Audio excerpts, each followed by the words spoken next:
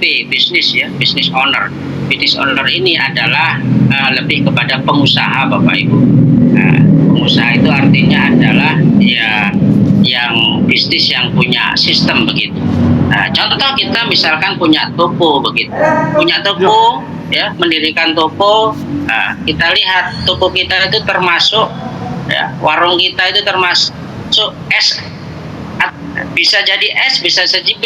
Kalau S berarti toko kita kerjakan sendiri, Bapak Ibu.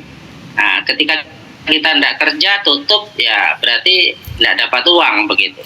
Tetapi ketika ada sebuah manajemen di mana kita mempekerjakan orang dan ada sistem, maka bisa jadi toko kita sudah menjadi tipe B begitu, yaitu business owner begitu, Bapak Ibu. Nah, Bapak Ibu sekalian, kuadran kanan yang paling tinggi adalah investor, Bapak Ibu.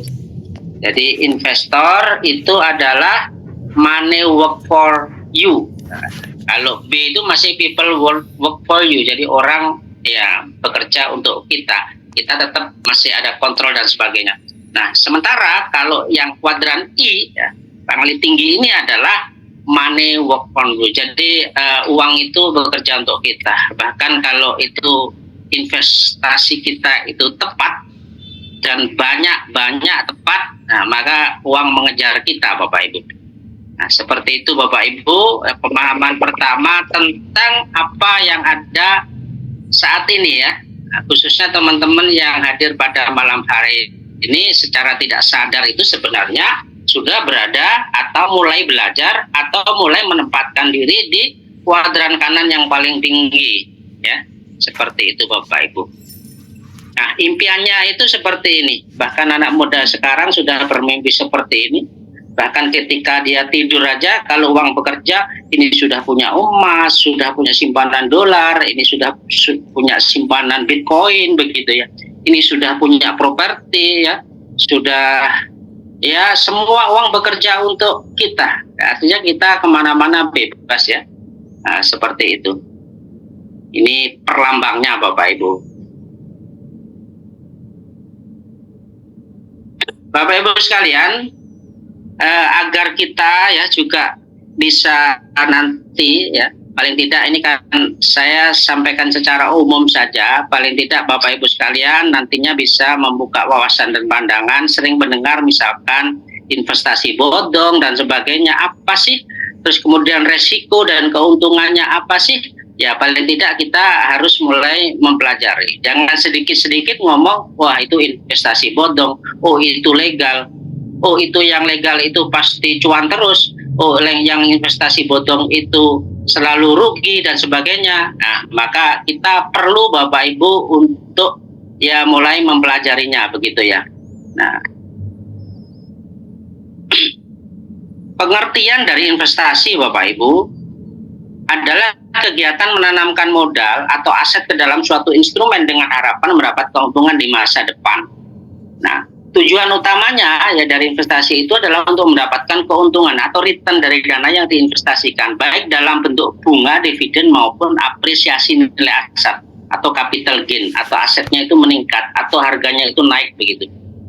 Kalau kita memegang sebuah aset. Nah, menurut OJK, Otoritas Jasa Keuangan, investasi merupakan suatu tindakan menempatkan sejumlah dana ke dalam aset atau produk keuangan untuk mendapatkan imbal hasil di masa depan. Nah, makanya sebenarnya sebuah investasi itu adalah tujuan umumnya itu adalah freedom finansial dan capital gain long term ya. Jadi freedom finansial ya, tadi itu uang mengejar kita. Dan sifatnya itu sebenarnya lebih kepada long term, Bapak Ibu.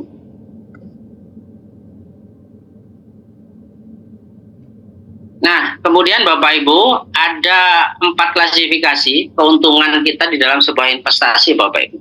Yang pertama adalah poinnya itu potensi keuntungan jangka panjang.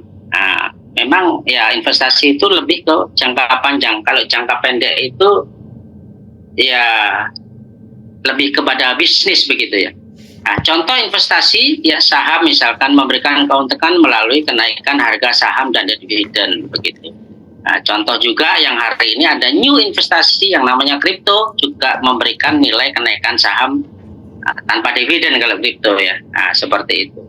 Kemudian yang kedua, pendapatan pasif. Beberapa jenis investasi seperti obligasi dan properti memberikan pasif income, Bapak Ibu. Ya, kalau properti misalkan dari sewa dan sebagainya. Terus kemudian yang ketiga itu investasi itu adalah keuntungannya melawan inflasi. Ini yang paling penting. Karena kalau kita menyimpan duit, menabung saja, maka ya duit ketemu duit, apalagi bunga bank saat ini ya bahkan kalau uang kecil malah membayar administrasi lebih besar begitu. Nah, makanya Bapak Ibu sekalian, investasi itu keuntungannya yang paling menonjol itu selain untuk jangka panjang adalah melawan inflasi. Ya, inflasi itu tentunya adalah nilai uang kita ketika dirupakan dalam sebuah bentuk aset investasi, maka namanya aset itu, investasi itu, maka nilainya akan naik ya, bahkan minimal stabil dan naik. Kalau nilai uang, apalagi uang inflasinya tinggi, maka uang 1 juta 5 tahun yang lalu ya untuk beli yang sekarang, beli hari ini ya maka akan mendapatkan nilainya berkurang begitu. Barang yang kita beli itu akan lebih sedikit begitu. Kemudian yang terakhir, yang keempat itu adalah diversifikasi resiko. Nah, ini tentang keuntungan investasi. Yaitu melalui apa? Ya melalui menyebarkan resiko ke berbagai instrumen. Sehingga jika suatu saat salah satunya mengalami kerugian, masih ada peluang keuntungan dari investasi lainnya. Ya, bahasa di teman-teman biasanya jangan menaruh telur di satu keranjang yang sama begitu. Nah, ini juga untuk membuka wawasan kita Bapak Ibu sekalian di dalam rangka kita manajemen pengelolaan keuangan dan juga investasi mana yang baik, dan kita juga bisa diversifikasi begitu Bapak Ibu. Nah, Bapak Ibu sekalian, akhirnya kita bisa melihat ya pada hari ini klasifikasi tentang jenis investasi itu saya klasifikasikan ada 6 Bapak Ibu. Yang pertama saham, yang dua obligasi, kemudian reksadana, properti, emas, dan cryptocurrency.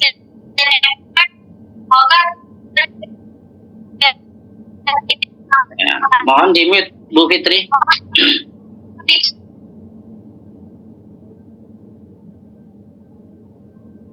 Baik, saya lanjutkan Bapak Ibu. Jadi penjelasan sederhananya dari 6 jenis investasi tadi, yang pertama adalah saham. Saham itu adalah sekuritas, surat berharga kepemilikan sebuah perusahaan. Ini secara fisik ya. Nah, secara online yang penting adalah tercatat pada KSEI atau PT Kemudian Sentral Efek Indonesia. Websitenya seperti ini ya, akses.ksi.go.id. Nah, biasanya kita nanti dikirim itu kartunya begitu. Jadi tidak wajib untuk dicetak ya, seperti itu. Nah, bahkan kalau teman-teman khususnya yang bujang ya, ini bisa dicetak ya, bisa dibuat untuk tambahan mas kawin begitu. Oh, saya pemilik perusahaan Indofood begitu. Saya pemilik perusahaan punya saham di Telkomsel, itu bisa, dan ada cerita-cerita seperti itu. Dan kalau saham ini, kalau di sisi investasi Bapak Ibu sekalian, ya kalau untuk jangka panjang adalah kita memilih saham-saham yang blue chip. Nah, ini juga bisa dimulai dengan modal yang kecil. Ya, saya punya pengalaman mulai tahun 2019 nabung saham ya 300.000 kita belikan saham Antam, waktu itu masih harga 80.000 ya. Nah, maka ketika satu lot itu ya 800.000 begitu. Nah, itu selama kurang lebih 2 tahun dengan akumulasi 9 juta. Nah, alhamdulillah lumayan. Ya, jadi capital gain-nya kalau saham blue chip itu sudah bisa mencapai 35 juta pada saat itu. Nah, seperti itu salah satu contohnya ya, kita pilih saham-saham yang sesuai dengan nilai kantong kita, yang murah begitu ya. Kalau yang agak mahal, yang blue chip ya kita bisa memilih saham-saham yang misalkan di saham misalkan di bank-bank BRI begitu, BRI, BBCA begitu ya, atau Unilever atau Gudang Garam, yaitu saham-saham blue chip Bapak Ibu. Kemudian keuntungannya Ya, seperti itu adalah ada capital gain-nya. Dan kalau saham memang tiap tahun ada namanya itu pembagian dividen. Ya, ini kalau kecil ya dapat kecil Bapak Ibu. Nah, investasi saham resikonya itu adalah fluktuasi harga saham yang bisa terjadi setiap saat. Nah, semua ada resikonya investasi. Makanya perlu pilih-pilih dan bukunya ini ya tebal sekali kalau kita mempelajari lebih dalam. Ya, ini hanya pengantar saja Bapak Ibu. Kemudian yang kedua adalah obligasi surat berharga. Itu jenis investasi yang kedua ya. Apa itu? Surat utang yang diterbitkan oleh perusahaan atau pemerintah yang berfungsi sebagai bentuk pinjaman yang harus dibayar kembali beserta bunganya. Nah, keuntungannya apa? Ya, keuntungannya bunga yang dibayarkan secara berkala hingga jatuh tempo. Ya, risikonya apa? Bisa jadi gagal bayar begitu. Kemudian yang ketiga adalah reksadana Bapak Ibu. Instrumen investasi yang memerlukan dana dari berbagai investor untuk diinvestasikan dalam bentuk portofolio oleh manajer investasi. Ya, tentunya semuanya ini harus diawasi oleh OJK Bapak Ibu untuk yang resminya ya, agar keuangan Bapak Ibu sekalian aman begitu. Nah, biasanya dikelola di pasar uang atau lebih dikenal kita itu ya dikelola di forex begitu ya, pasar uang. Dan ini cocok bagi pemula dan manajer investasi profesional. Ya, ini melalui melakukannya diversifikasinya dengan mudah. Resikonya juga unit penyertaan sesuai dengan pergerakan pasar uang. Kemudian yang keempat adalah properti Bapak Ibu. Nah, properti ini ya melibatkan pembelian kepemilikan sebuah aset aset properti ya, rumah, apartemen dan tanah. Nah, ini memang agak modal besar ya untuk investasi yang keempat ini. Keuntungannya ya pasif melalui sewa dan potensi kenaikan nilai properti, dan itu lebih jangka panjang. Resikonya juga ya modal besar dan likuiditasnya rendah. Jadi likuiditas rendah itu ya ketika kita punya tanah begitu ya tidak bisa langsung serta-merta jadi uang ketika kita butuh uang ya, menjualnya butuh berapa waktu yang cukup lama, seperti itu kelemahannya. Kemudian Bapak Ibu sekalian, yang kelima emas ya, ini adalah investasi kuno Bapak Ibu sekalian. Karena apa? Emas bisa ada dua macam ya, kita bisa emas batangan maupun emas perhiasan ya. Yang nilainya memang emas itu selalu naik, tetapi kan ada juga turunnya Bapak Ibu. Tapi kecenderungannya memang naik ya. Seperti harga saat ini kan 1 gramnya sudah 2 jutaan ya, seperti itu. Padahal dulu ya 10-20 tahun yang lalu ya 500.000 bahkan masih 300.000. Resikonya harga emas ya bisa berfluktuasi sesuai dengan keadaan ekonomi global. Kemudian, nah ini yang terakhir, bentuk investasi yang terbaru, terupdate di era digitalisasi yang namanya cryptocurrency. Ini sudah masuk dalam ranah investasi juga Bapak Ibu. Sama. Nah, dengan saham, dengan tadi itu yang lainnya, jadi semuanya itu ada keuntungan dan resikonya. Ya, kita harus bisa memilih dan memilah. Ya, potensinya apa keuntungannya? Ya sangat besar karena volatility-nya sangat tinggi, Bapak Ibu. Ya, resikonya apa? Risiko kehilangan modal jika tinggi karena fluktuasi harga yang ekstrim, dan regulasinya ya di setiap negara itu berbeda-beda begitu Bapak Ibu. Nah, lebih spesifik saya sedikit ya 3 menit akan menjelaskan tentang cryptocurrency. Bapak Ibu sekalian ya yang baru mengenal cryptocurrency ya. Jadi secara harfiah itu adalah kriptografi ya. Currency itu adalah mata uang. Jadi mata uang dengan kode-kode rahasia begitu secara umumnya ya. Kemudian Bapak Ibu sekalian ya, tentang cryptocurrency ya, ini yang harus kita cermati karena beberapa kita mendengar di tempat lain ya, bahkan saat ini pun juga kita sering sekali mendengar, oh ini nanti koin kita ya bisa beli ini, bisa di marketplace ini ya. Ya, kalau menurut saya Bapak Ibu sekalian mohon untuk dipahami aturan-aturan yang ada di negara kita ya. Jadi Bapak Ibu sekalian jangan keterusan untuk ya bahwa cryptocurrency itu secara legal bisa untuk pembayaran. Ini tidak, Bapak Ibu. Jadi cryptocurrency itu bukan alat pembayaran yang sah. Hanya saja cryptocurrency menurut Bapepti itu sahnya itu sebagai apa? Sebagai aset atau komoditi, Bapak Ibu. Jadi bisa diperdagangkan. Kalau dibuat alat pembayaran itu ilegal, Bapak Ibu. Apa bisa? Ya bisa, tapi ilegal atau tidak sah. Karena apa, Bapak Ibu? Karena resikonya sangat tinggi, yaitu fluktuasinya sangat ekstrim. Ya, contoh aja misalkan kita beli mobil tuh, mobil 1 BTC begitu, atau 1 ETH begitu.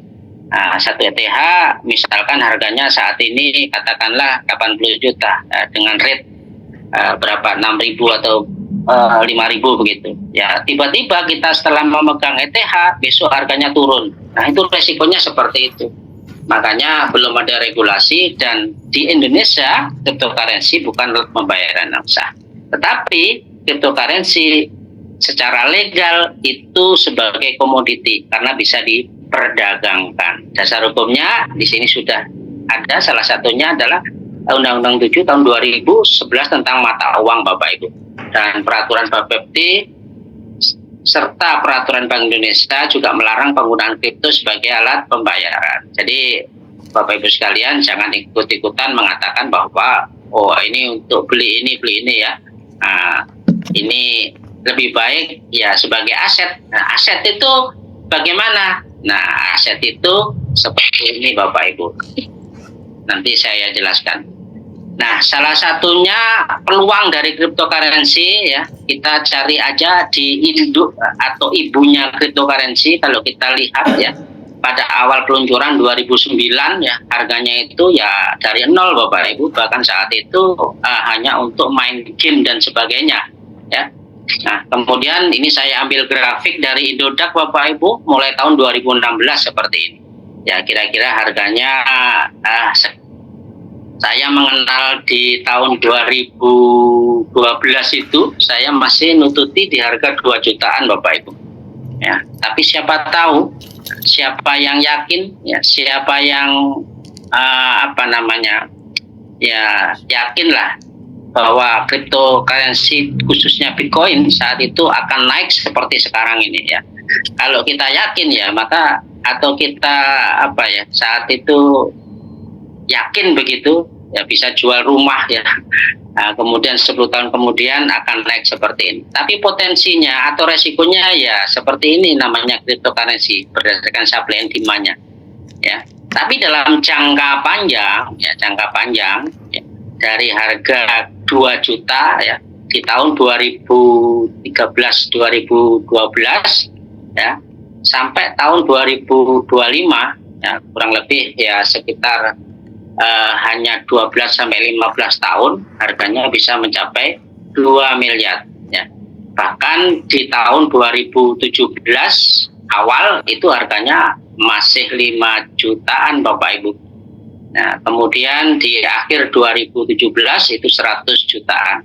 Nah, 2018 ke atas naik turun. Nah, itu sangat tinggi sekali. Hari ini harganya ATH-nya itu sekitar 2 juta di sini, 2 miliar ya sini ATH. Kemarin sempat crash, turun sangat turunnya sangat tinggi, turunnya sangat rendah sekali, crash ya. Nah, itu juga salah satu resikonya, Bapak Ibu. Tetapi ketika kita sebagai alat investasi artinya jangka panjang ya akan naik lagi, jadi tidak masalah. Beda lagi tentang nanti akan saya jelaskan tentang kalau sudah memasuki dunia trading begitu ya. Salah satu kita dapat cuan dari cryptocurrency.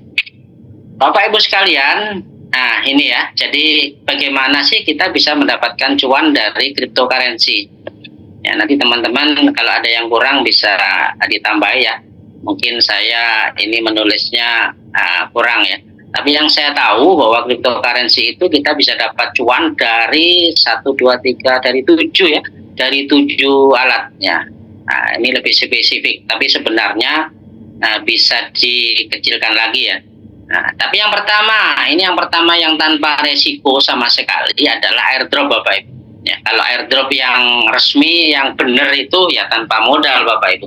Karena prinsipnya airdrop itu adalah ada project di belakangnya. Biasanya itu adalah project exchanger begitu, cryptocurrency dan exchanger atau mungkin dApps begitu ya. Ya salah satu contoh pengalaman pengalaman saya, misalkan dulu pernah ada airdrop yang namanya SafePal. Ya. SafePal itu adalah dApps ya, semacam trust wallet ya. Saat luncur itu mengeluarkan airdrop.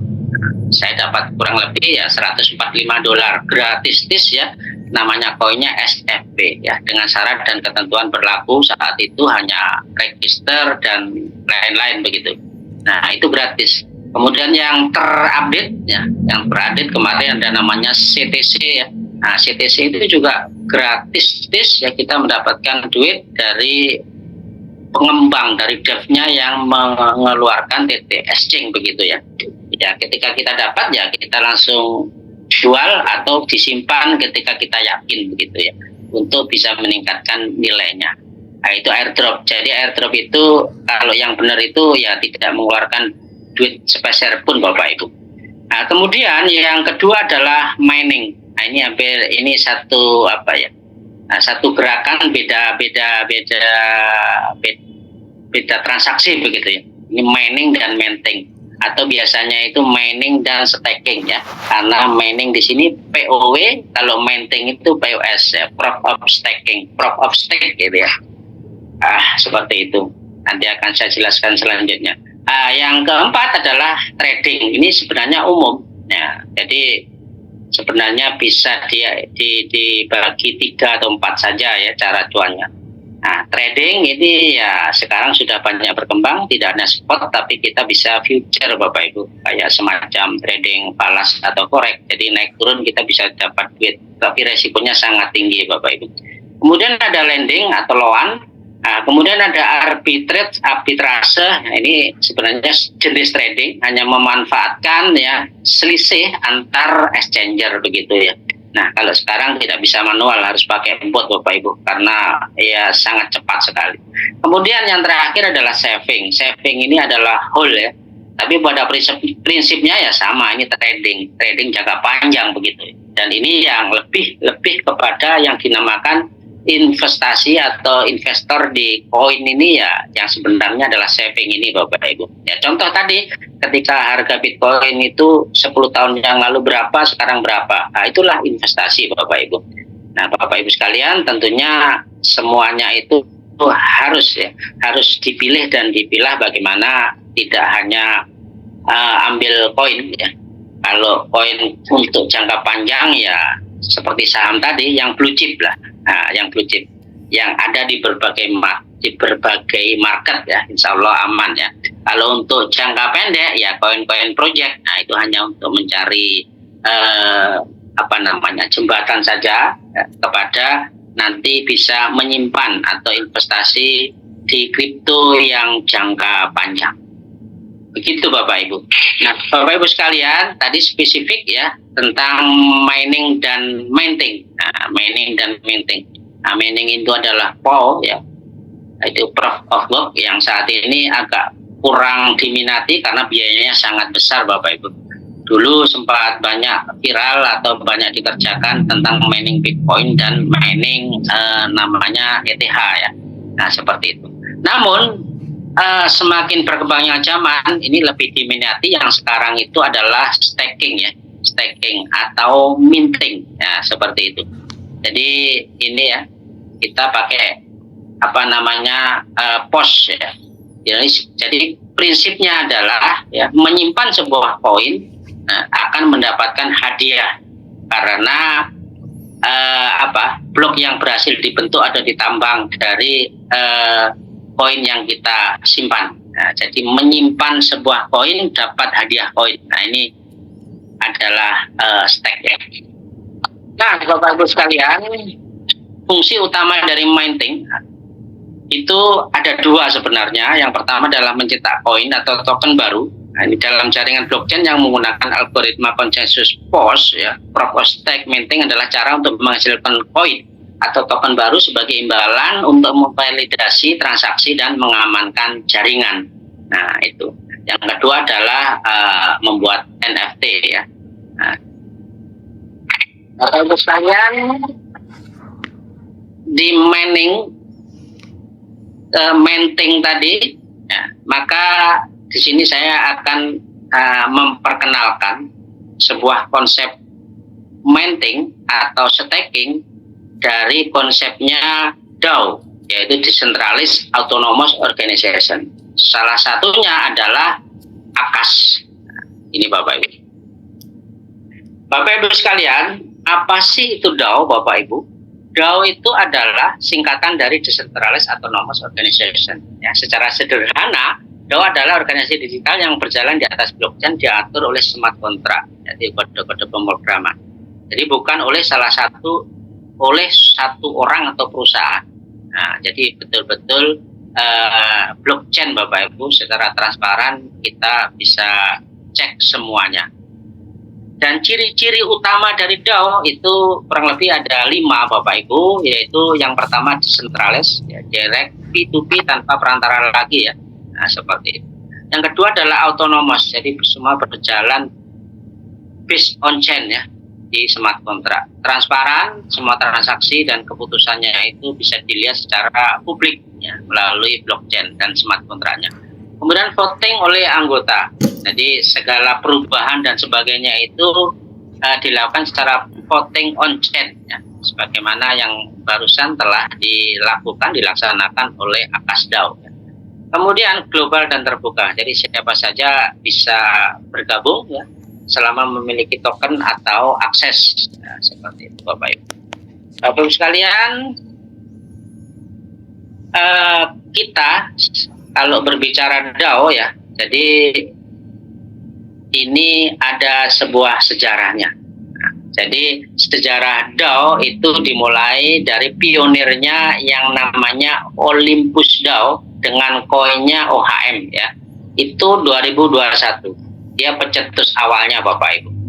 Kemudian ya, saya ambil 2 saja. Setelah itu diperbaiki, setelah itu ditingkatkan di tahun 2024 ada DAO lagi yang namanya Origin dengan koinnya LGNS.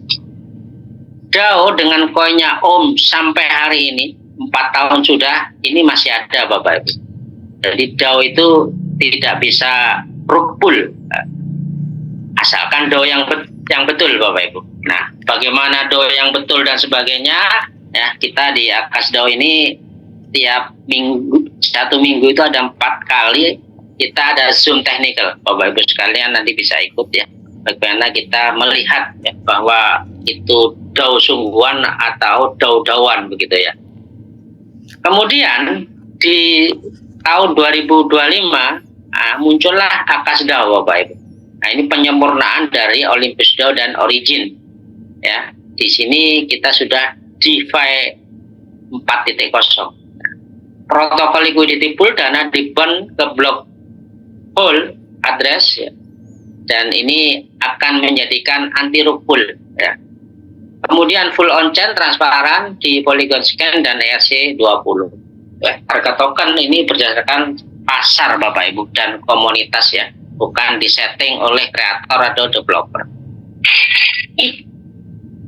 Nah, itu yang tadi saya sampaikan ya, dimulai di bulan Juni, kurang lebih tanggal 19 atau 20 ya, kita waktu itu launching di Hong Kong ya, yang dihadiri oleh 20 negara sebanyak kurang lebih 500 undangan.